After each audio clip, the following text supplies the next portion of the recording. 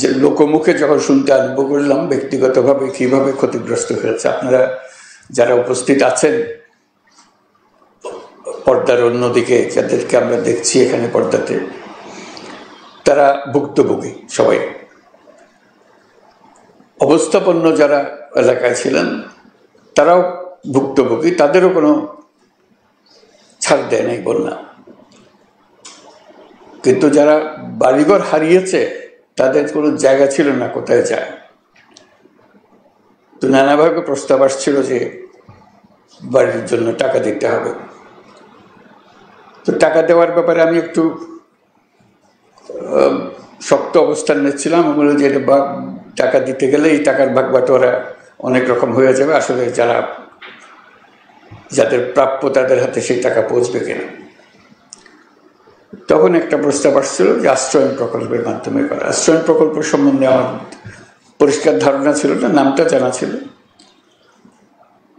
তো ভাবলাম যে দেখি এটা কি করা যায়। পরে জানলাম যে এটা সেনাবাহিনী করবে, তাহলে একটু স্বস্তি পেলাম যে না, এটা অন্তত টাকাটা সঠিকভাবে ব্যবহার হবে। আজকে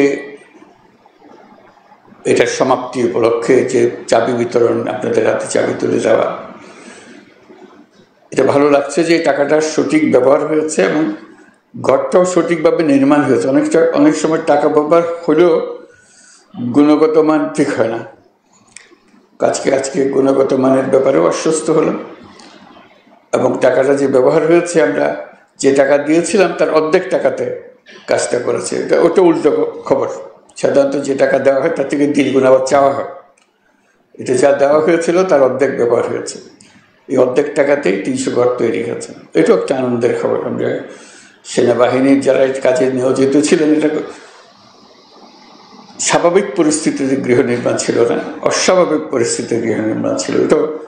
এটা বিশেষ আলোচনার বিষয় যে এর মধ্যেও গুণগত মান ঠিক রাখা, জিনিসপত্র হাজির করা। ঘর নির্মাণ করতে হলে তো অনেক জিনিসের সমাবেশ করতে হয়। এটাও কঠিন ছিল। রাস্তাঘাট বন্ধ ছিল, চলতে পারছে না, ব্রিজ ভেঙে গেছে, রাস্তাঘাট ভেঙে গেছে, এর মধ্যেই এই কাজটা করতে হয়েছে। আজকে যে ছবিগুলো দেখলাম তাতেও ভালো লাগলো, যেটা সুন্দর বাড়ি হয়েছে।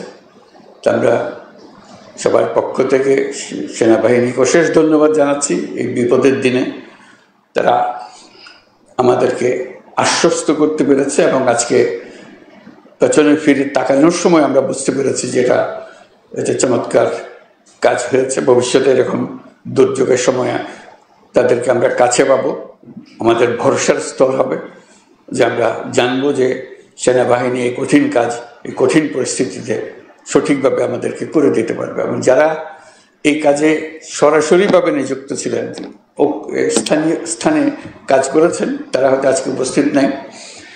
তাদেরকে আমরা সবার পক্ষ থেকে ধন্যবাদ জানাচ্ছি, যে যেখানে আছেন। আমরা অশেষ কৃতজ্ঞ। এই দুর্যোগের দিনে আপনারা সামনে এগিয়ে এসেছিলেন এবং সুন্দরভাবে এই বাড়ি নির্মাণ করে দিয়েছেন। তো কাজে এটা একটা ছোট্ট প্রকল্প, 300টি ঘর নির্মাণ, কিন্তু এর মাধ্যমে আমরা আমাদের যে সঠিকভাবে কাজ করার, একত্রে কাজ করার, দুর্যোগ মোকাবেলা করার এবং সৎভাবে করার যে দৃষ্টান্ত স্থাপন করলাম, এটা আমাদের সবাইকে উদ্বুদ্ধ করবে। এটা আমাদেরকে বড় লেসন, আমাদের জন্য বড় প্রাপ্য। সেনাবাহিনীর কাছে আমরা সেটুকু ধন্যবাদ অবশ্যই দেব যে আমাদের এই দৃষ্টান্ত স্থাপন করার জন্য। ফেনী, কুমিল্লা, নোয়াখালী, চট্টগ্রামের বন্যা দুর্গত পরিবারসমূহের পাশে দাঁড়াতে পেরে আমরা সত্যি আনন্দিত। আমি জানি গত বন্যার পর থেকে আপনারা অবর্ণনীয় কষ্টে জীবনযাপন করেছেন। দেশের সরকার হিসেবে এই দুঃসময়ে আপনাদের পাশে থাকা আমাদের নৈতিক দায়িত্ব, মানবিক দায়িত্ব ছিল।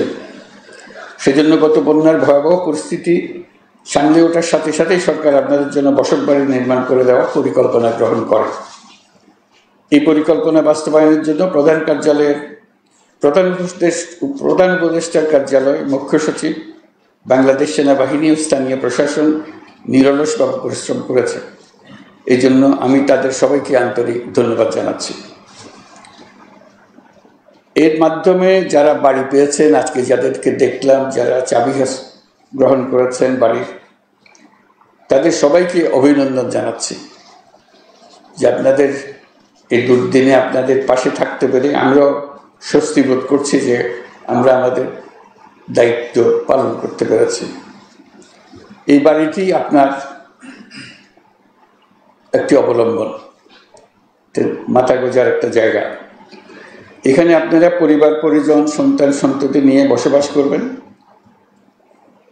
যেহেতু এখন মাথা গোঁজার মতো একটা ব্যবস্থা হয়েছে, এখন একই সাথে আপনাদের সন্তানদের উন্নত ভবিষ্যৎ গড়ে তোলার দিকেও নজর দিতে হবে।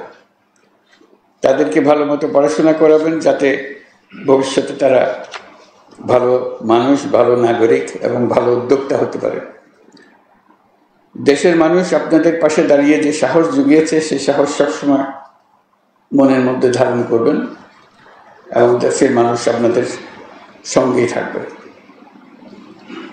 এই সহমর্মিতা দেশের সকল মানুষের মধ্যে এবং সকল প্রজন্মের মধ্যে ছড়িয়ে পড়লেই আমরা একটা সাহসী এবং স্বনির্ভর জাতি হিসেবে গড়ে উঠতে পারব। আপনাদের সকলের জন্য শুভেচ্ছা জানাচ্ছি এবং সেনাবাহিনীর সব কর্মীদের যারা এই কাজে যুক্ত ছিলেন তাদের কাছে বিশেষভাবে কৃতজ্ঞতা জানাচ্ছি। সেনাবাহিনীর যারা উচ্চ পদে আছেন তারা এটা দেখাশোনা করেছেন, সুন্দরভাবে জাতির সামনে একটা দৃষ্টান্ত স্থাপন করেছেন, সেজন্য তাদেরকে ধন্যবাদ ও অভিনন্দন জানাচ্ছি। এই প্রকল্প বাস্তবায়নের জন্য নিয়োজিত জেলা প্রশাসনকে, সেনাবাহিনীর 24 ও 33 পদাতিক ডিভিশনের সবাইকে আন্তরিক ধন্যবাদ জানাচ্ছি। সবাইকে ধন্যবাদ। আল্লাহ হাফিজ।